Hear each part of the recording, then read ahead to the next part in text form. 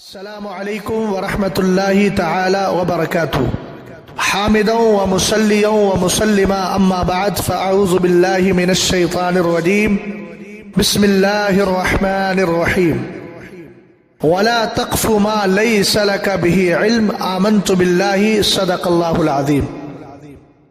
بارگاہ رسالت مآب صلی اللہ علیہ وسلم میں درود و سلام کا ہدیہ پیش کریں۔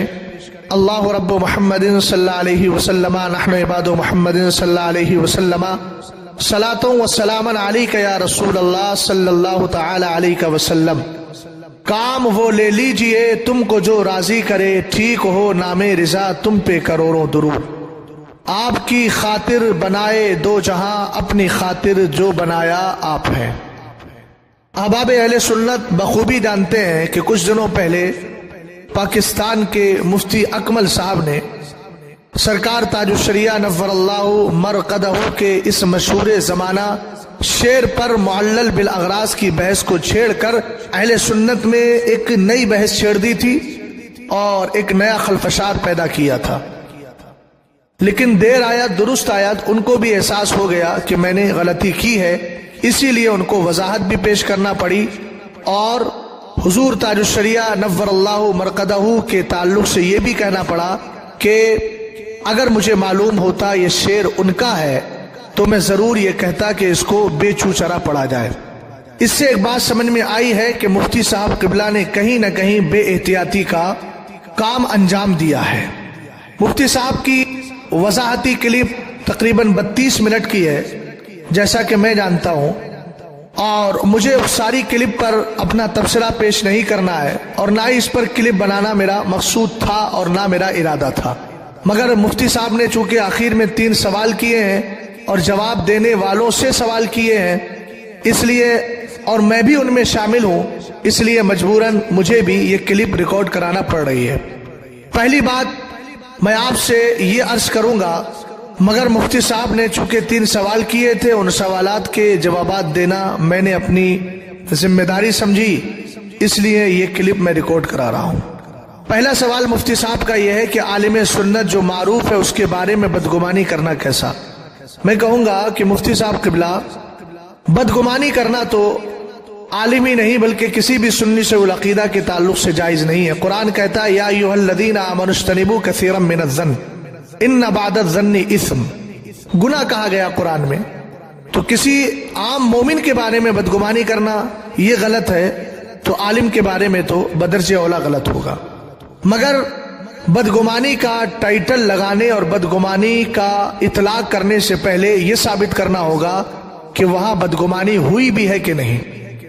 میں جتنے ارباب دین و ملت کو جنہوں نے اس کا جواب دیا ہے جانتا ہوں، ان میں کسی نے آپ کے ساتھ نہ گالی گلوچ کی ہے، نہ آپ کو برا بھلا کہا ہے، اور نہ ہی آپ پر کوئی حکم شرع لگایا ہے کافر گمراہ بددین ہونے کا، تو بدگمانی چے معنی دارت۔ البتہ انہوں نے جواب دیا ہے، اور جواب اس لیے دیا ہے کہ آپ سے کہیں نہ کہیں بے احتیاطی ہوئی تھی اور اس بے احتیاطی کا آپ نے خود اقرار کیا۔ آپ نے کہا کہ اگر مجھے معلوم ہوتا تو میں یہ کہتا کہ اس شعر کو دھڑلے سے پڑھیں، الفاظ کی تعبیر بدل سکتی ہے لیکن مفہوم وہی ہے۔ تو کیا جواب دینا بھی بدگمانی میں آتا ہے؟ پہلے تو آپ کو یہ ثابت کرنا چاہیے تھا کہ بدگمانی ہے کیسے۔ حالانکہ بدگمانی نہیں بلکہ انہوں نے آپ کے اس سوال کا جواب دیا ہے، اور ان جواب دینے والوں میں میں بھی شامل ہوں۔ میں بھی جانتا ہوں کہ میں نے جواب قرآن پاک کی آیت کریمہ وَاصْطَنَعْتُكَ لِنَفْسِي، اور جب سرکار تاج الشریعہ نور اللہ مرقدہ کی میں نے بعد میں آڈیو سنی تو مجھے پتا چلا کہ حضور سرکار تاج الشریعہ علیہ الرحمہ نے فرمایا اس میں شان محبوبیت کو بیان کرنا ہے، اور قرآن نے جو کہا محبوب میں نے آپ کو اپنے لیے چن لیا ہے۔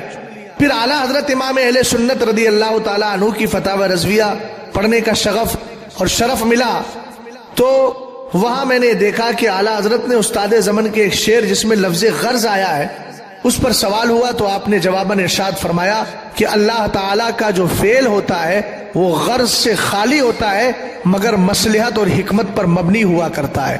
تو آپ نے فرمایا کہ استاد زمن یعنی شاعر مذکور اور ممدوح نے اس کے اندر جو ہے وہ حصر جو کیا ہے وہ غرض کو بیان کرنے کے لیے نہیں بلکہ مصلحت کو بیان کرنے کے لیے۔ میں بھی کہتا ہوں حضور سرکار تاج الشریعہ کا جو لفظ خاطر ہے یہ خاطر غرض کو بیان کرنے کے لیے نہیں آیا بلکہ مصلحت کو، اور مصلحت بے شمار ہے، اس میں مصلحتیں بے شمار ہیں۔ ان میں ایک مصلحت یہ بھی ہے کہ اللہ تعالیٰ نے مصطفیٰ کریم علیہ السلام کے ذریعے اپنی ربوبیت کا اظہار کروایا، اور اس کے بعد جنہوں نے اللہ رب العزت کو ایک مانا، حضور علیہ السلام کا یہ کلمہ پڑھ کر من قال لا الہ الا اللہ قد افلح، جس نے لا الہ الا اللہ کہہ دیا وہ کامیاب ہو گیا، من قال لا الہ الا اللہ دخل الجنہ، وہ جنت کا حقدار ہو گیا۔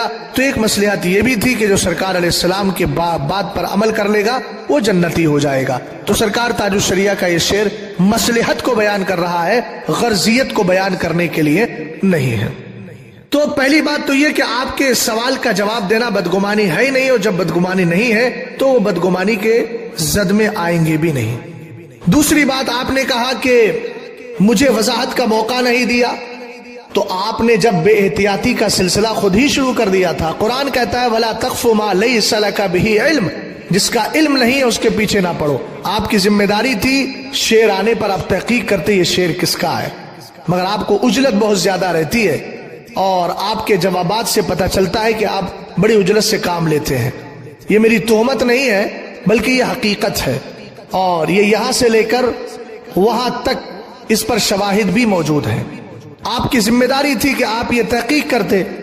ہمارے بزرگوں کی روش رہی ہے، خود سرکار تاج الشریعہ نور اللہ مرقدہ، جن کو آپ بار بار اختر رضا خان صاحب کہہ رہے ہیں، اتنا یاد رکھنا کہ آپ کے اس انداز تخاطب سے سرکار تاج الشریعہ کی ذات پر کچھ بھی حرف آنے والا نہیں ہے، اور آپ بارہا یہ کہتے ہیں کہ میں فتاوی رضویہ سے فائدہ حاصل کرتا ہوں، اعلیٰ حضرت رضی اللہ تعالیٰ عنہ کے حوالہ جات بھی دیتے ہیں، فتاوی رضویہ کا ذکر بھی کرتے ہیں، لیکن مجھے لگتا ہے کہ آپ نے فتاوی رضویہ کو شاید گہرائی سے پڑھا نہیں ہے۔ اگر پڑھا ہوتا تو اعلیٰ حضرت امام اہل سنت کا جو اپنے ما سبق اور اپنے پہلے کے بزرگوں کے لیے انداز تخاطب ہے، وہ انداز تخاطب بھی آپ کے ذہن و دماغ میں ہوتا تو آج آپ نے اعلیٰ حضرت کے سچے جانشین اور سرکار مفتی اعظم کے سچے جانشین اور اعلیٰ حضرت امام اہل سنت کے علوم کے سچے وارث اعلیٰ سرکار تاج الشریعہ نور اللہ مرقدہ کی ذات کے تعلق سے اتنے ہلکے انداز میں گفتگو نہ کی ہوتی۔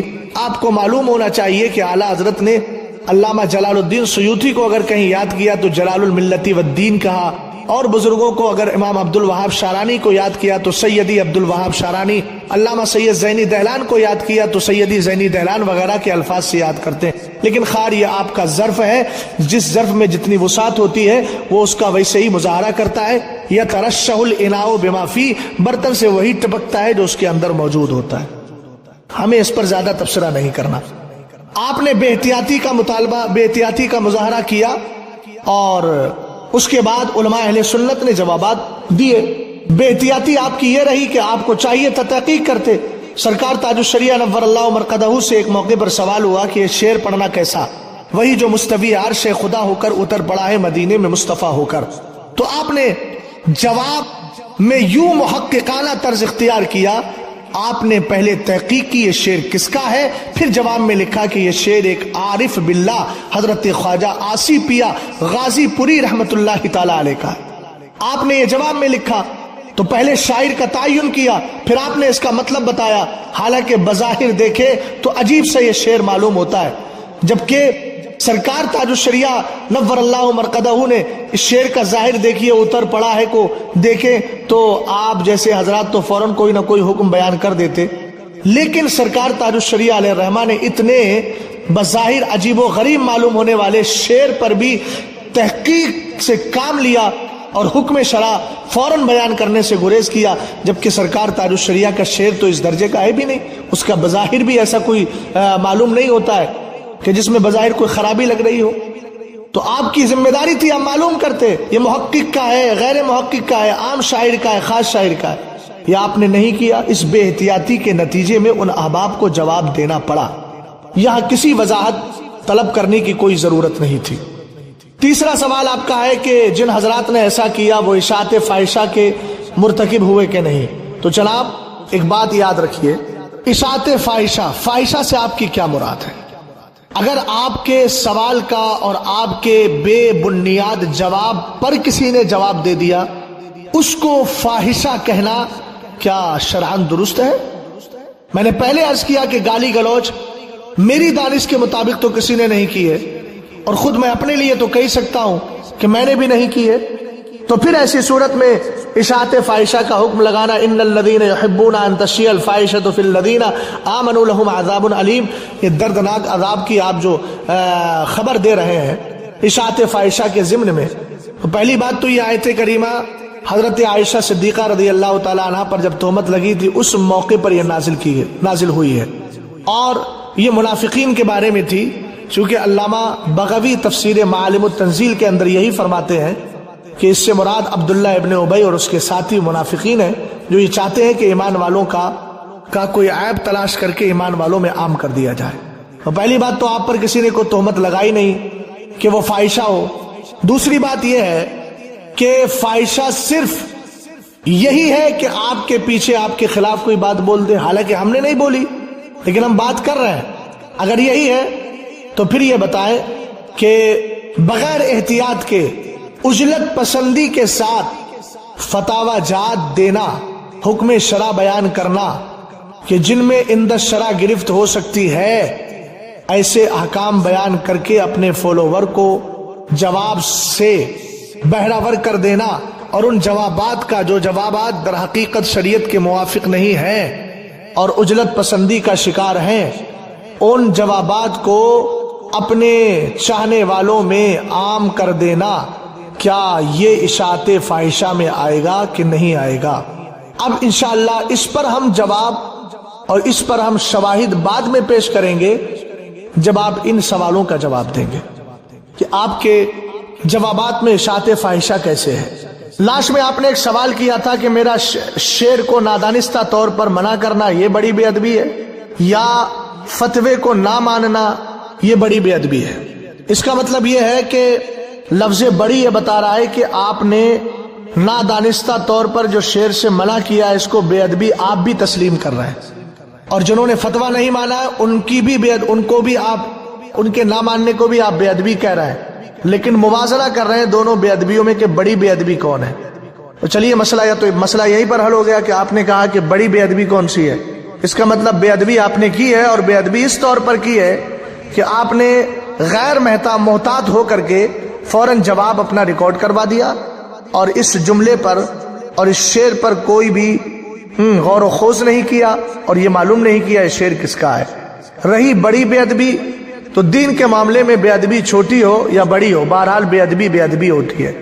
جن حضرات نے سرکار تاج الشریعہ نور اللہ مرقدہ کے فتوے کو نہیں مانا وہ بھی غلط کر رہے ہیں، اور جو بے احتیاط اور غیر محتاط ہو کر حکم شرع بیان کر دے رہے ہیں، معلل بالاغراض کی بحثیں چھیڑ دے رہے ہیں جہاں قطعاً ضرورت نہیں ہے، وہ بھی بے ادبی کر رہے ہیں. لیکن مفتی صاحب معیار ایک ہی ہونا چاہیے، میزان اور ترازو ایک ہی رکھنا چاہیے. آپ نے ان حضرات کو جو ویڈیو کلپ بناتے ہیں، میں تو الحمدللہ نہیں بناتا، اور اللہ سے دعا بھی کرتا ہوں کہ اللہ تعالیٰ مجھے اس پر قائم و دائم رکھے. جو ویڈیو بناتے ہیں، ویڈیو پر آتے ہیں، آپ نے ان کے لیے فاسق مولن ہونے کا، خلافت کا، امامت کا، خطابت کا جو حکم بیان کیا ہے، تو میں آپ سے پوچھنا چاہتا ہوں کہ حضور سرکار تاج الشریعہ نور اللہ مرقدہ کا یہ فتویٰ بحیثیت مرشد ہے، بحیثیت مفتی ہے؟ آپ کہیں گے بحیثیت مفتی ہے تو مفتی کا جو فتویٰ ہوتا ہے وہ ساری امت کے لیے ہوتا ہے، سب کے لیے حکم عام ہوتا ہے جو بھی اس کی زد میں آئے گا. تو اگر وہ سرکار تاج الشریعہ کے فتویٰ نہ ماننے کی بنیاد پر فاسق مولن ہے تو اس حکم میں آپ بھی شامل ہیں.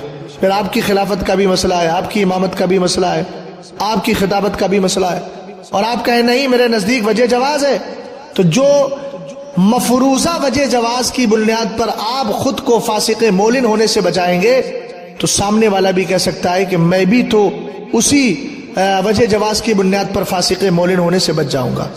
آپ کہیں کہ نہیں تم مرید ہو تو اتنا یاد رہے کہ عقیدت کی بنیاد پر حکم شرع نہیں مانا جاتا ہے، شریعت کی بنیاد پر مانا جاتا ہے. آپ نے بار بار زور دیا اس بات پر کہ عقیدت کا تقاضا نہیں تھا. میاں اس پر میں آپ سے عرض کرنا چاہوں گا کہ آپ کو سرکار تاج الشریعہ سے عقیدت ہے کہ نہیں؟ اگر آپ کہیں کہ مجھے عقیدت ہے تو ہم بھی کہہ سکتے ہیں کہ عقیدت کا تقاضا تھا کہ آپ بھی سرکار تاج الشریعہ کا فتویٰ مان کے ویڈیو پہ نہیں آتے. اور آپ اگر کہیں عقیدت کا تقاضا نہیں ہے تو پھر انشاءاللہ اس کا جواب آپ کو بعد میں دیں گے. شریعت کا حکم عقیدت کی بنیاد پر نہیں بلکہ حقیقت اور شریعت کی بنیاد پر مانا جاتا ہے اور سب کے لیے لازم ہوتا ہے. اس لیے جن حضرات نے آپ کے جواب پر اپنا جواب ریکارڈ کرایا شریعت کے دائرے میں رہ کر نہ وہ بدگمانی کا شکار ہے، نہ انہیں کسی وضاحت کی ضرورت تھی، نہ وہ اشاعت فاحشہ کا مرتکب ہوئے ہیں.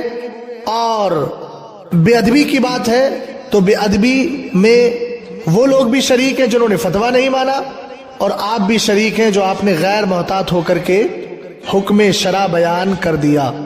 آخر میں مفتی صاحب قبلہ آپ سے بھی میں کچھ سوالات کرنا چاہتا ہوں. پہلا سوال یہ ہے کہ آپ رد کو کیا مانتے ہیں؟ رد کو مستحب مانتے ہیں، واجب مانتے ہیں، فرض مانتے ہیں، یا مباح مانتے ہیں؟ یہ کرنے نہ کرنے والا دونوں برابر ہے. عالم دین کی بات کر رہا ہوں میں، جو عالم دین علم رکھتا ہو. چونکہ آپ تو خود کو معروف عالم دین کہہ کے پکار چکے ہیں نا، آپ نے خود کہا ہے کہ کسی عالم سنت جو معروف ہو، تو ظاہر سی بات ہے آپ اپنے آپ کو خود عالم معروف مان رہے ہیں. تو آپ سے میرا سوال یہ ہے کہ رد کرنا فرض ہے، واجب ہے، مستحب ہے یا مباح ہے؟ کرنا نہ کرنا دونوں برابر ہے، کوئی گناہ نہیں ہوگا اس پر. جو آپ سوال کا جواب دیں گے انشاءاللہ اس پر ہم اپنا اگلا آڈیو جاری کریں گے. دوسری بات یہ ہے کہ اپنا مسلک چھوڑو مت، دوسرے کا مسلک چھیڑو مت. کیا یہ صلح کلیت کو بڑھاوا دینا اور صلح کلیت کی ترجمانی کرنا نہیں؟ اگر نہیں تو یہ بتائیں کہ اعلیٰ حضرت امام اہل سنت رضی اللہ تعالیٰ عنہ نے زندگی بھر اپنا مسلک چھوڑا نہیں ہے اور دوسرے کا مسلک بھی نہیں چھوڑا ہے. اپنا مسلک اس طور پر نہیں چھوڑا کہ عقیدہ رکھا، اور دوسرے کے مسلک کو اس طور پر نہیں چھوڑا کہ اس کا زندگی بھر رد کرتے رہے.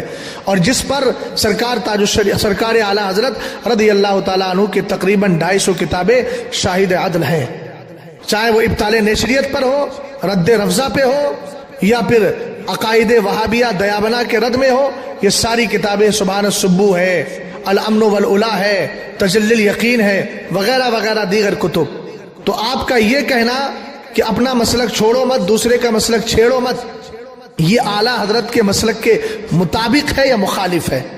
تیسرا سوال آپ سے یہ ہے کہ جس بدگمانی سے آپ بچانے کی بات کر رہے ہیں اور بچنے کا حکم دے رہے ہیں اور لمبی لمبی باتیں کر رہے ہیں، اور آپ نے تقریباً جسمانی آلائش و آرائش کے ساتھ جو 32 منٹ کی ریکارڈنگ جاری کی ہے اور اپنی کلپ جاری کی ہے، اس میں آپ بار بار یہ کہہ رہے ہیں کہ بدگمانی سے بچنا چاہیے. ٹھیک ہے، ہم مانتے ہیں شریعت کا حکم ہے، سب پر ماننا ضروری ہے، لیکن کہیں نہ کہیں آپ بھی تو بدگمانی کا شکار ہوئے ہیں. ناراض نہ ہوئیے گا، میں آپ کو بتا رہا ہوں. آپ نے ایک کلم میں یہی کہا ہے کہ جب میں میڈیا پر آیا تو کچھ احباب مجھ سے کہنے لگے کہ آپ پی پی نہ بنے، ٹی ٹی بنے، پلپل سنی نہ بنے، ٹی ٹی ایس بنے. اچھی بات ہے، وہ آپ کو اچھا مشورہ دے رہے تھے. پھر آپ نے کہا کہ انہوں نے کہا اپنے مسلک کا کھل کر اظہار کریں، تو آپ نے ان کے اس جملے پر کہ کھل کر اظہار کریں، اس پر تبصرہ کرتے ہوئے کہا کہ آپ ان کو کافر کہیں، مشرک کہیں، بدعتی کہیں. تو کیا یہ کھل کر اظہار کرنے کا یہی مطلب ہے؟ کیا آپ نے ان لوگوں کے تعلق سے بدگمانی نہیں کی کہ وہ بلا وجہ کسی کو کافر یا مشرک یا بدعتی کہنے کی بات کر رہے ہیں؟ اور اگر بلا وجہ نہیں، بالوجہ اگر وہ کہہ رہے ہیں، وجہ شرعی ہے ان کے پاس، تو پھر آپ کی ذمہ داری بنتی ہے کافر کو کافر کہنا، مشرک کو مشرک کہنا، بدعتی کو بدعتی کہنا، گمراہ کو گمراہ کہنا. شریعت کا مطالبہ ہے. انہوں نے غلط کیا کہا؟ اگر آپ کہیں کہ نہیں بلا وجہ کہہ رہے ہیں تو یہ آپ نے بدگمانی کی، اس لیے کہ ان کا مقصود یہ ہے ہی نہیں کہ کھل کا مسلک کا اظہار کریں، بلکہ ان کا مقصود حسن ظن کے طور پر یہی ہے کہ جو اعلیٰ حضرت رضی اللہ تعالیٰ عنہ نے کہا دشمن احمد پہ شدت کی دیے، ملحدوں کی کیا مربت کی دیے، غیظ میں جل جائے بے دینوں کے دل، یا رسول اللہ کی کثرت کی دیے، اور تجھ سے اور جنت سے کیا مطلب، وہاں بھی دور ہو، ہم رسول اللہ کے، جنت رسول اللہ کی. اب آپ بتائیے کہ آپ اس میں بدگمانی کا شکار ہوئے کہ نہیں ہوئے؟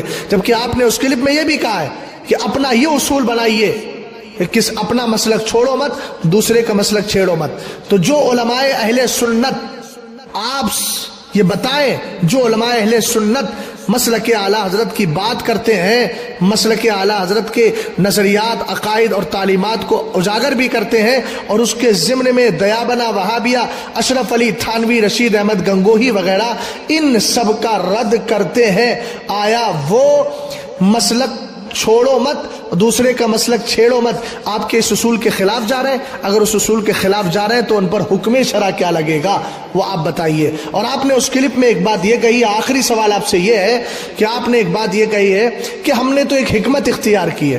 وہ حکمت کیا ہے؟ اس حکمت کو آپ منظر عام پر لے کر کے آئیں تاکہ اس حکمت کو ہم شریعت کے ترازو میں رکھ کر کے تولیں اور شریعت کے معیار کو سامنے رکھ کر کے اس کا ہم جو ہے جائزہ لیں.